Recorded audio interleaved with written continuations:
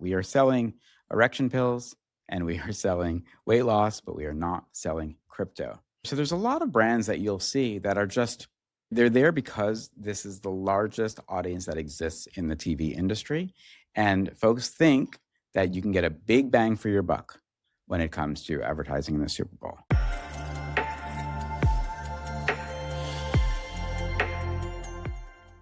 All right, Sam here from Gen C. It is time for the Super Bowl. One thing that has struck me over the last few years is most of the crypto companies have stayed out of marketing in the Super Bowl. We will talk in a second about 2022, which was the crypto ball. But in general, I think it's interesting that all of these companies that have so much money, that are really looking for wide mass retail audiences, have been avoiding the biggest advertising platform that exists. All right, I want to take a look at this chart. What this is the cost of a 30-second ad spot in the Super Bowl from inception to today. You'll see this has gone up almost as much as Bitcoin has. One of the things to think about is there are two moments here where we saw these kind of big jumps, right? So there was the 1995, 1996 to 2000. We saw a big leap there in the cost of a 30-second spot, primarily due to this being the dot-com boom era. So when the technology companies came in, they spent a lot of money on brand awareness. And one of the places they spent that money was the Super Bowl. You'll see also 2010 to like 2012, 13, another big jump. Why? Because that's when all the social media companies were coming in. So technology has often fueled these big, expansive opportunities for rates to go up in the Super Bowl. And yet, other than one blip, there really hasn't been a big prolonged crypto effort to appear in the Super Bowl. Right now, there's a ton of AI, there's a lot of soft drink, there's a lot of chips, there's a lot of travel, there's all the things you would expect, but the one thing we're not seeing is crypto. If we look at the ad meter on USA Today, we will see the kind of companies you would expect. Budweiser, they're always in it. Instacart is here. Bud Light, always in it. Grubhub is here. Xfinity, Hims and Hers are here. We are selling erection pills and we are selling weight loss, but we are not selling crypto. So there's a lot of brands that you'll see that are they're there because this is the largest audience that exists in the TV industry. And folks think that you can get a big bang for your buck when it comes to advertising in the Super Bowl. Now, I did reach out to a lot of the CMOs that are in the crypto space, and nobody would come on record. I understand that. They don't want to talk about what they're doing or what others are doing. But I do think it's interesting that there seems to be a hesitancy of spending that money when we have seen crypto companies spend a lot of money on a lot of other things for much less reach. So I went back to my old partner, Avery Akineni, from Gen C podcast, also from Vayner, and I asked her what her thoughts are on why the Super Bowl had no crypto spots. She said, if the 2022 Super Bowl belonged to crypto, 2026 will belong to the AI hyperscalers. We'll see brands like Google and OpenAI use the biggest advertising stage in the world to normalize AI as part of everyday life. The Super Bowl is a massive bet, with north of $8 million in media costs alone. And most crypto companies don't have the broad audience appeal in 2026 to justify the price tag. Until there's a clearer path to true mass use for Americans, I expect they'll continue to sit this one out. Which again, I think is interesting only because when we go around the world and talk to all these people, everyone says we need people, we need the next 100 million, we need retail. This is where those people are. So my question is maybe the offering not yet right for them? And is that part of the challenge that we have? Now let's take a flashback back to 2022. 2022 was a year that there was an unprecedented amount of crypto ads in the Super Bowl, so much so that they called it the Crypto Bowl. Well, this was not a specific crypto commercial. In Bud Light's 2022 Next advertisement, they did have a guy showing up at an art gallery, and it seemed like a lot of the art around him was sort of NFT based. Very specifically, if you look at the artwork that he is staring at, it is a portrait and has the glasses from the Nouns DAO. The Nouns were a kind of very well recognized NFT project. So those Nouns glasses did show up in the Super Bowl in a Bud Light commercial. A lot of people thought this was the beginning of NFTs being a significant part of the culture. And really, they rallied around the fact that this moment had happened because NFTs were so hot at the time. We also had... History is filled with almosts, with those who almost adventured, who almost achieved, but ultimately, for them it proved to be too much. Then there are others, the ones who embrace the moment and commit.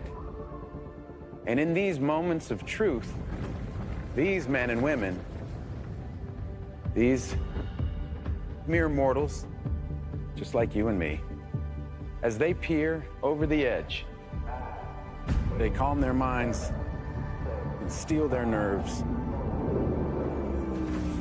with 4 simple words that have been whispered by the intrepid since the time of the Romans.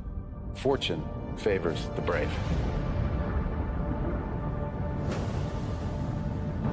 We also had this Crypto.com spot that featured Matt Damon. And this was one of those things where we're bringing out the big guns. We're hiring a very well-known actor, which is a very Super Bowl thing to do. Very big, inspirational, crypto is changing the world type of messaging. This one was seen as a very expensive foray into the advertising world and was noted as just one of the big expensive commercials that was run during the Super Bowl. At the same time that Crypto.com was doing this, FTX was running this spot. I call it the wheel. I don't think so. This is a miss. Brother David, behold! It's a fork. I got 10 forks right here, baby! A toilet?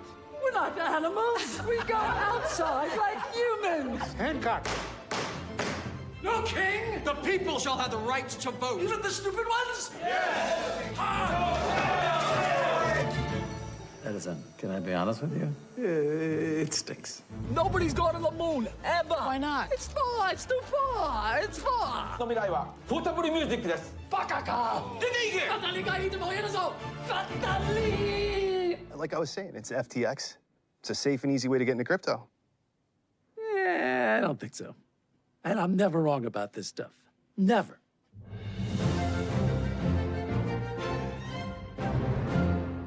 So this was before FTX cratered and became insolvent. And this one is really talking with Larry David. I think it's interesting that Larry David is here throughout this commercial, basically saying, I don't get it. And the fact is, maybe Larry David was right when it came down to it, because the fact that here we are in 2026 and there are no real Super Bowl commercials, which says to me, maybe Larry was spot on. This one was also notable because Sam Bankman-Fried had put his father in this. They spent a ton of money on it. And this was sort of right before things started to go really downhill for FTX. This also debuted in the Super Bowl.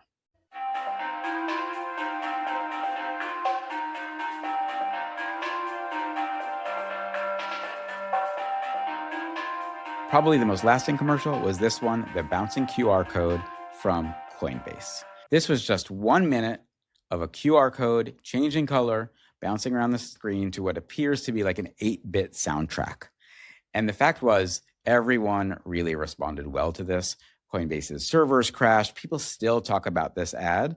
Now we are 4 years later. So the fact was, with Kate Roush and what they were doing on the marketing side of Coinbase, they actually broke through because they didn't use a fancy celebrity. They didn't do these shoots all around the world. They really went very tech and they went very crypto. It was made in-house. And this ad was seen as one of the best of the year in the Super Bowl. The FTX and Crypto.com did not chart in the same way that the Coinbase ad charted. So this is why that people refer to 2022 as the Crypto Bowl, because there was 4 different ads that were focused on crypto. This year, there are none. Again, we reached out to the CMOs of a lot of different exchanges and protocols, and I couldn't get an answer why anyone thought that there was no crypto in the Super Bowl, especially around all the prediction market hype and all the sort of ways that people are looking to gamify large-scale audiences. One would think that one of the tokenized prediction markets might have took a bet and tried to get in there.